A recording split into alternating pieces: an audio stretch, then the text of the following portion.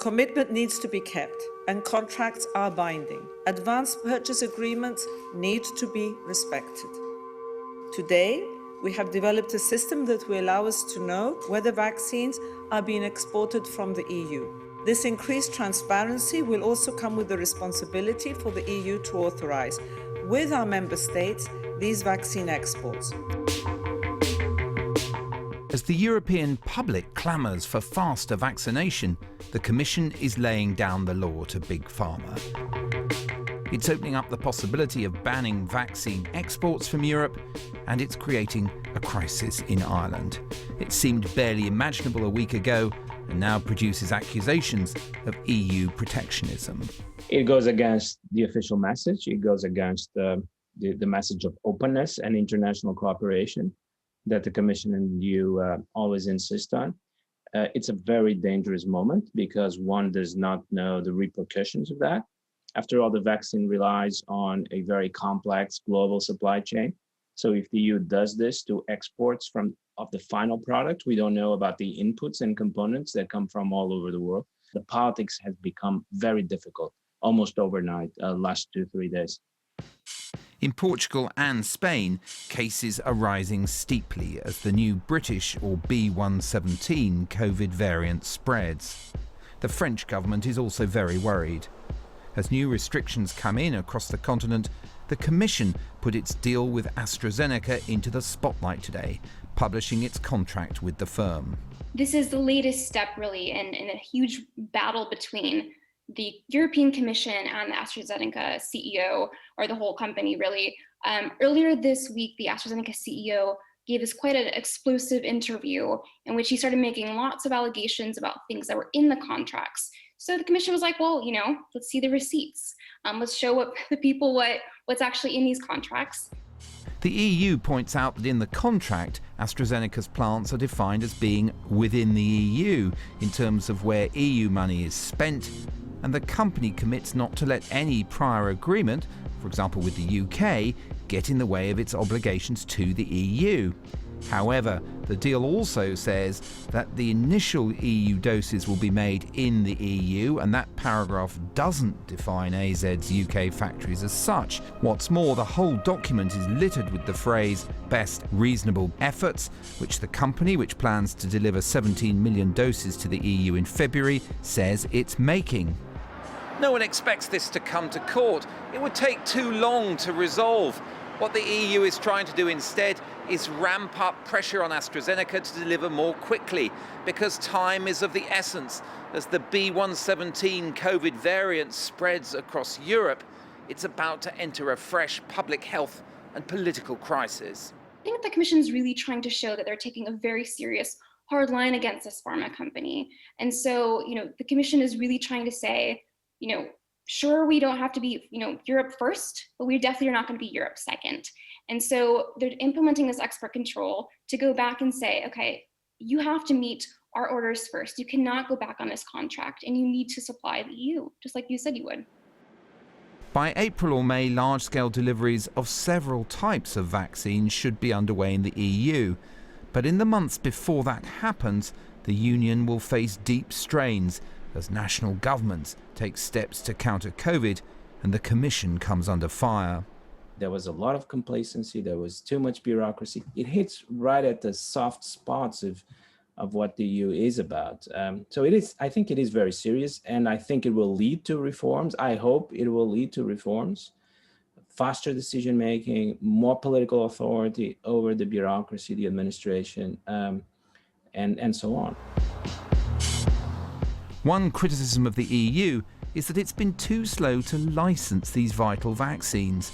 The AstraZeneca one only got the green light today. In coming weeks, Johnson & Johnson and Novavax should follow, but there too, they could be playing catch-up with the UK. Mark Oban there. Now, to discuss this further, I'm joined by Spain's Foreign Minister, Arancha González-Laya. Minister, thank you so much for joining us from Madrid. This is a mess, isn't it? It's a total calamity caused by the European Commission's slowness over getting the vaccine, and you're trying to blame it on the UK and UK business.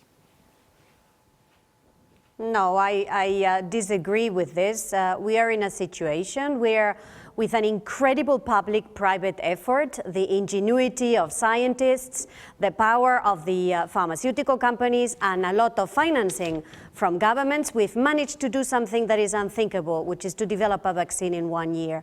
But what we also have done is negotiate contracts with pharmaceutical companies. Most of them are doing their deliveries, they are doing this on time, and they are following the agreements that have been signed, and some have not. And this is what is at the stake in this precise moment, is the importance that pharmaceutical companies deliver on the engagements they've taken vis-a-vis the European governments. It's no less, no more than that. But it has to be resolved.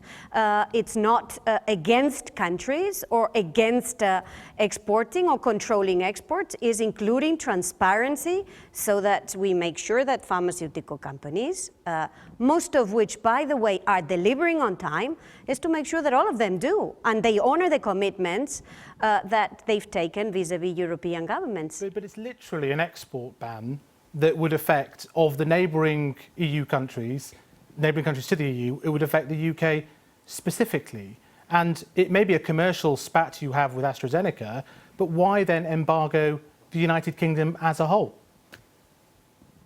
No, I don't think the measures taken today embargo any country. What they impose is on pharmaceutical companies that would be, no, what it does is introduce transparency over exports of pharmaceutical companies that export from the European Union as a measure, as a mechanism to make sure that pharmaceutical companies deliver, honor the commitments they've taken vis-a-vis the EU. It's not a hostile measure against any of our neighbors or any third country. And by the way, it makes very clear rules for what happens when the contracts are not respected, and it exempts a huge amount of cases, including deliveries to the World Health Organization, to COVAX, to low and middle income countries. So it's not a hostile measure, but put yourself in the shoes of a country that have signed a contract and doesn't get the contract to be honored. Well, the United Kingdom signed contracts for Pfizer-BioNTech vaccine, which could now be embargoed. Your country, there's manufacturing of the new Johnson & Johnson vaccine in Barcelona, we understand. Would Spain stop the export of orders to the United Kingdom under these sorts of measures? Spain has absolutely no intention of halting exports of any pharmaceutical company that is honoring its commitment vis-a-vis the EU. Why should Spain would do that? We are an open economy, we're an open country, but we are a country that wants the contracts that the country signs to be honored. It's as simple as this. So no pharmaceutical company that is respecting its contracts has anything to fear from any European government, certainly not from the Spanish government, that has an excellent relation, by the way, with pharmaceutical companies that are a big part of our own industrial landscape. Haven't your colleagues just got this wrong? You talk about vaccine hijacking, starting a vaccine war, some of your colleagues in the Commission and in the other European countries. But the fact is, with AstraZeneca in particular, the United Kingdom government had a huge role in bringing to AstraZeneca with Oxford University, and the condition of that was 100 million doses up front for the United Kingdom. And that's the deal. And the European Union's not accepting the fact that the UK has first dibs on that vaccine supply, quite naturally.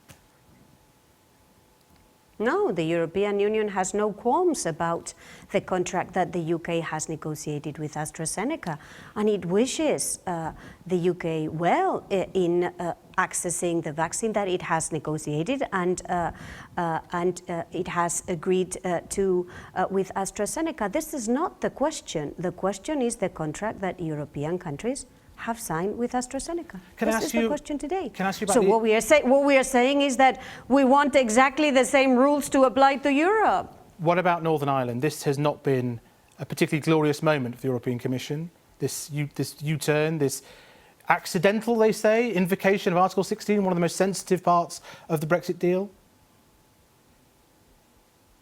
Well, I understand, this is what I hear from the European Commission that there was an accident. The accident or the mishap has been repaired, and I think this is important. But again, this is not a hostile act against third countries or territories.